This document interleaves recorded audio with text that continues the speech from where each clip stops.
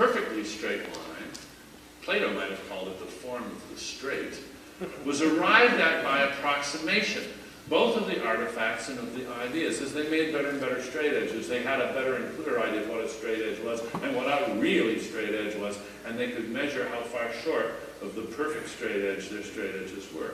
It's this kind of approximation, this sort of bootstrapping approximation, that was made possible by cultural evolution. The form of the true has a similar history.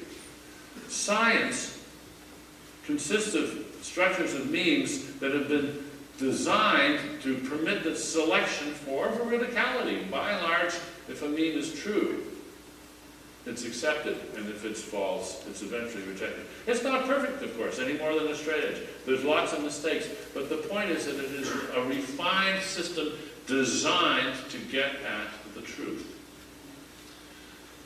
In closing, then, what makes us human, I'm claiming, is not so much our genetic children, but our brain children.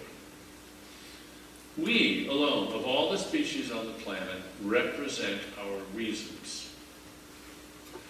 We can think about our values, our reasons, and this is the source of our creativity. We have finally reached genuine intelligent design. It's not perfectly intelligent, but it's pretty darn intelligent.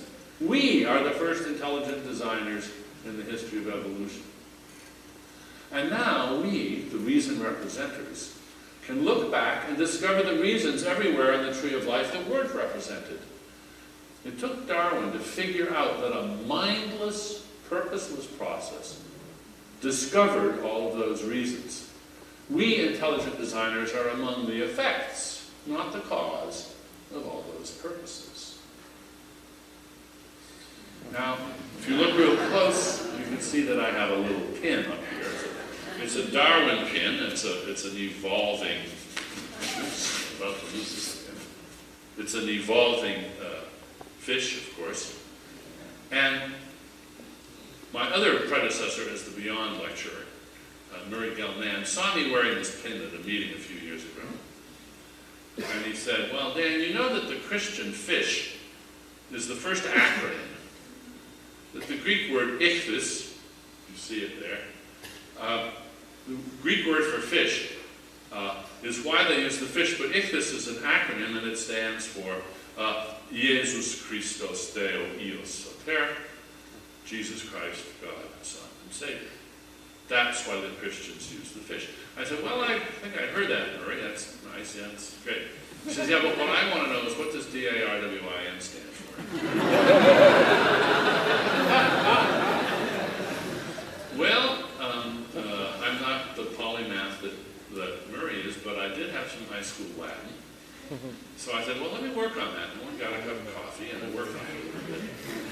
And I came back a little later.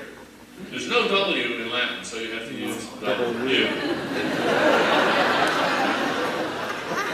So here's what I came up with. Delere auctorem rerum ut universum infinitum noscas. Destroy the author of things in order to understand the infinite universe. Thank you.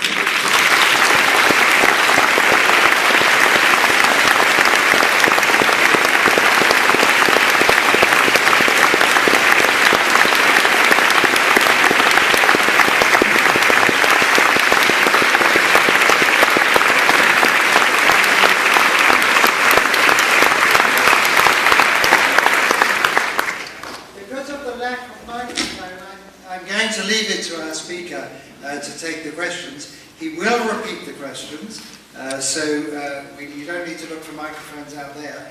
But I suggest, in view of the lateness of the hour, we limit this, and the need to sign books, limit this to 15 minutes. So over to you. Okay. So one question. Turn the lights up, please, some more if you can. I can see where people are. Are there any questions? Maybe there aren't any questions. I don't see any hands up. Yes.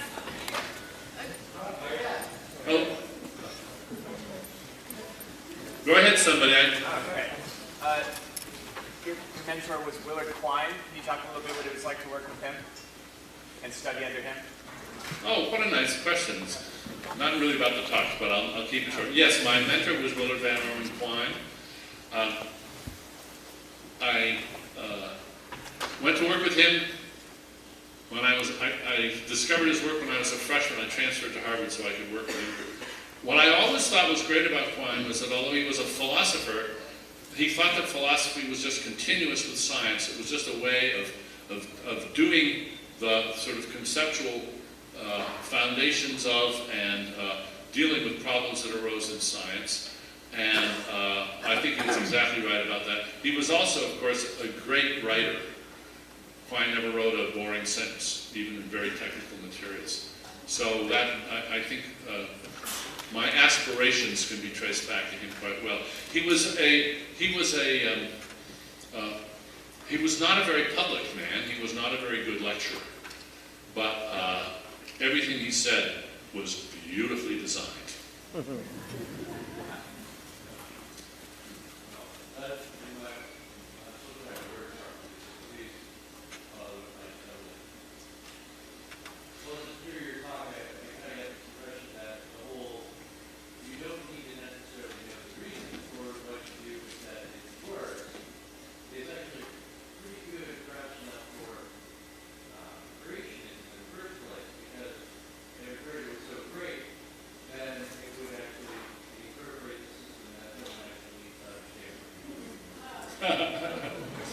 Okay, the suggestion is that my discussion of how you can have competence without comprehension is actually evidence for intelligent design, because for creationism, because it would be very intelligent of the creator to see that there was no need for understanding in those that benefited from all of these designs.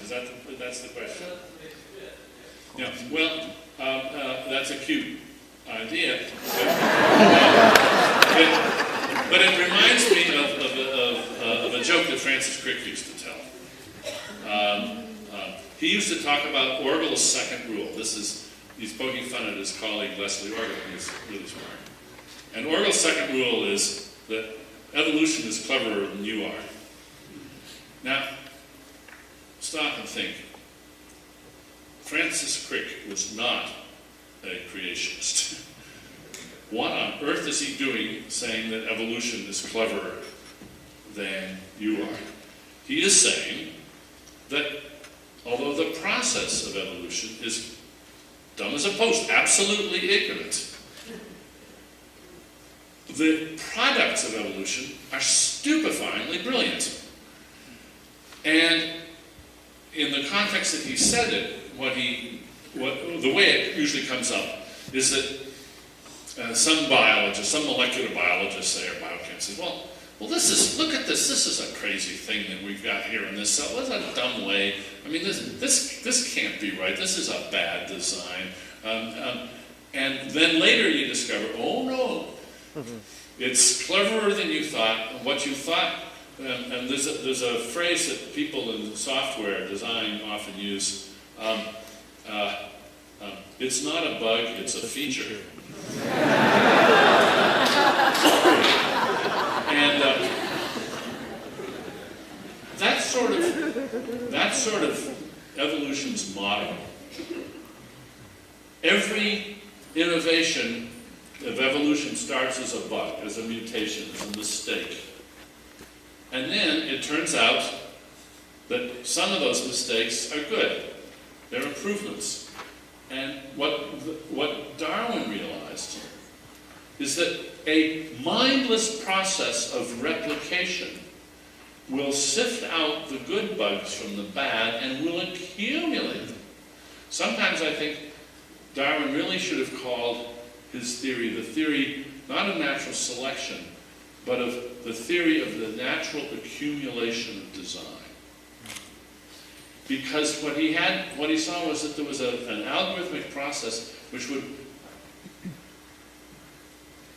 retain and build on all the lucky, dumb, lucky, buggy mutation moments